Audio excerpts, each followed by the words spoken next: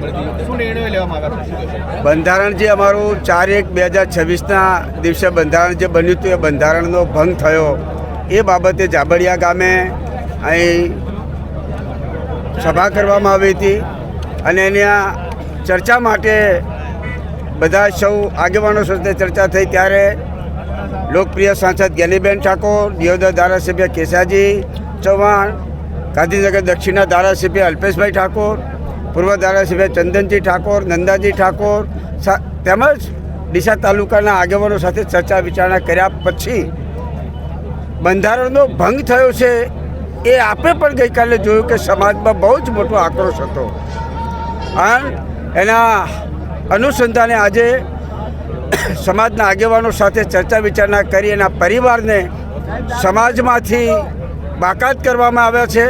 સમાજ આમના સાથે કોઈ પણ જાતનો વાણી વર્તન કે વ્યવહાર ન કરે એ નિયમ નક્કી કરવામાં આવ્યો છે. આપણે જાણ્યું પણ છે. એમનું નામ છે લહેરાજી રતનજી ઠાકોર, ગામ જાબડિયા, તાલુકો ડીસા.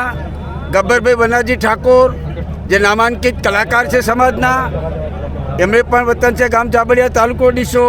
એમના ભાઈ છે એ પણ નામાંકિત કલાકાર છે અર્જુનભાઈ વનાજી ઠાકોર. આ 3 ભાઈઓને સમાજે વાણી વર્તનને વ્યવહારમાંથી બાકાત કર્યા છે.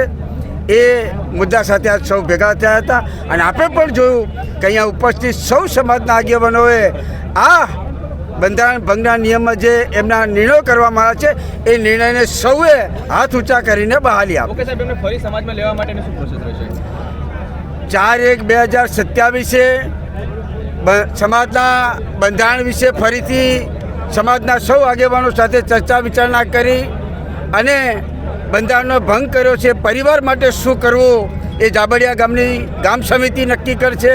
ગામ સમિતિ નક્કી કર્યા પછી ડીસા તાલુકાની તાલુકા સમિતિ સાથે ચર્ચા વિચારણા કરી અને આ બંને સમિતિઓ અમારી જિલ્લા બંધારણ સમિતિ આગળ કંઈ પ્રસ્તાવ રજૂ કરશે એ વખતે આનો નિર્ણય લઈશું.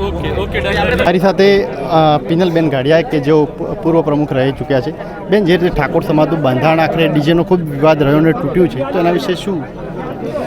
ચોક્કસ પ્રમાણે જ્યારે 4/1/2026ના દિવસે ઓગળના થળીએ સમસ્ત ઠાકોર સમાજનું બંધારણ બનાવવા આવ્યું હતું અને જાબડિયા ગામની અંદર ભાઈ શ્રી અર્જુનભાઈ, એમના કાકા લહેરાજી અને એમના ભાઈ એમના દ્વારા જે ડીજે વગાડી અને બંધારણનો ભંગ કરવામાં આવ્યો છે. આજે જાબડિયા મુકામે સમસ્ત સમાજના આગેવાનો અને ગામ લોકોની એક બેઠક મળી હતી અને બેઠકની અંદર સમાજનું બંધારણના જે નિયમ તોડ્યા છે એનું અનુસંધાને એમને સમાજમાંથી બહાર કરવામાં આવ્યા છે.